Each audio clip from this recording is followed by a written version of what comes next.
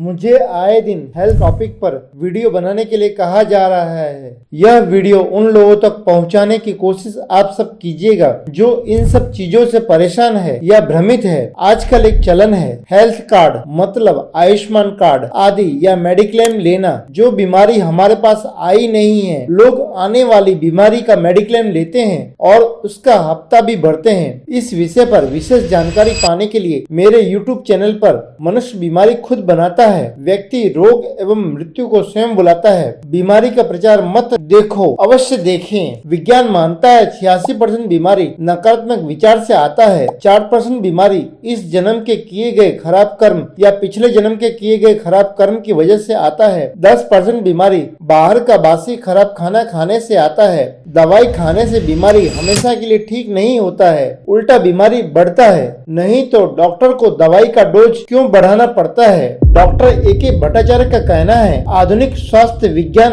की असफलता का कारण है कि यह परिणाम को ठीक करता है, बीमारी के जड़ को ठीक नहीं करता है। जैसे किसी को बीपी की शिकायत है तो बीपी को नॉर्मल करने का उपाय किया जाता है, लेकिन बीपी को जड़ से समाप्त करने का उपाय नहीं किया जाता है। डायबिटीज जैसी बीमारी में डायबिटीज को बैलेंस करने का उपाय किया जाता है, पर डायबिटीज नामक बीमारी को जड़ से समाप्त करने का उपाय नहीं किया जाता है। थायराइड नामक बीमारी में थायराइड बैलेंस करने का उपाय किया जाता है, पर थायराइड जड़ से समाप्त करने का उपाय नहीं किया जाता है। आप यह चीज ध्यान रख लीजिए। जरूरत से ज्यादा मात्रा में दवाई खाने से जितने लोग मरते हैं उतने रोग से मरते नहीं हैं। अब हम चर्चा करते हैं कोई भी बीमारी ठीक कैसे होगा। विज्ञान मानता है 86% बीमारी नकारात्मक विचार से आता है, तो हमें डॉक्टर सर विलियम ओस्लर की बात माननी चाहिए। डॉक्टर सर विलियम ओस्लर का कहना है हम पुराने पंडितों को नमस्कार करते हैं, उनका सिद्धांत भरोसे के काबिल है। मानसिक भावनाओं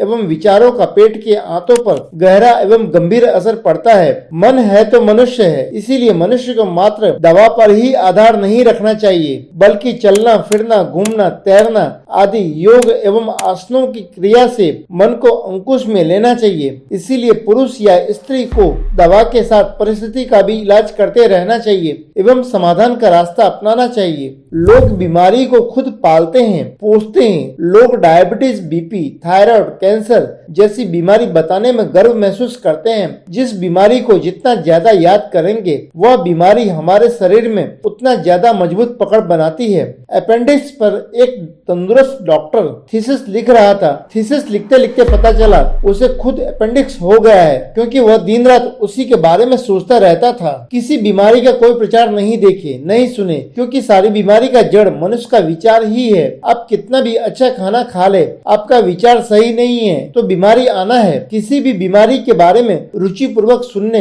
एवं उस बीमारी के प्रति प्रेम दिखाने से वह बीमारी नजदीक आती है एवं उस बीमारी का जन्म होता है। 4% बीमारी इस जन्म में किए गए खराब कर्म या पिछले जन्म में किए गए खराब कर्म की वजह से आता है। जैसे कोई दवा या उपचार काम नहीं कर रहा है, ऐसी बीमारी जो उसका प्राण समाप्त करके ही रहेगा, तो समझ जाइए कि वह बीमारी उसके किए गए खराब कर्म की वजह से आया है। ऐसे समय में व्यक्ति को उपचार के साथ अधिक से अधिक अनाज, खाना, रुपये का दान करते रहना चाहिए। ऐसे समय में अधिक से अधिक दान करने से दो संभावना बनेगी। सामान्य रोगी तुरंत ठीक हो जाएगा और अत्यधिक तकलीफ, कष्ट अधिक उम्र वाला व्यक्ति झेल रहा है तो उसकी मुक्ति तुरंत हो जाएगी। 10% बीमारी खराब बासी खाना खाने से आता है। आप यह चीज ध्यान रख लीजिए। हम जो भी खाते हैं उस पर दीर्घायु एवं अल्पायु आधार रखता है। कुदरत ने तो हमें दीर्घायु दिया है, हम उसे अल्पायु बना देते हैं। आज कलयुग में हर कोई धनवान बनना चाहता है, उसके लिए गलत से गलत कदम उठाता है।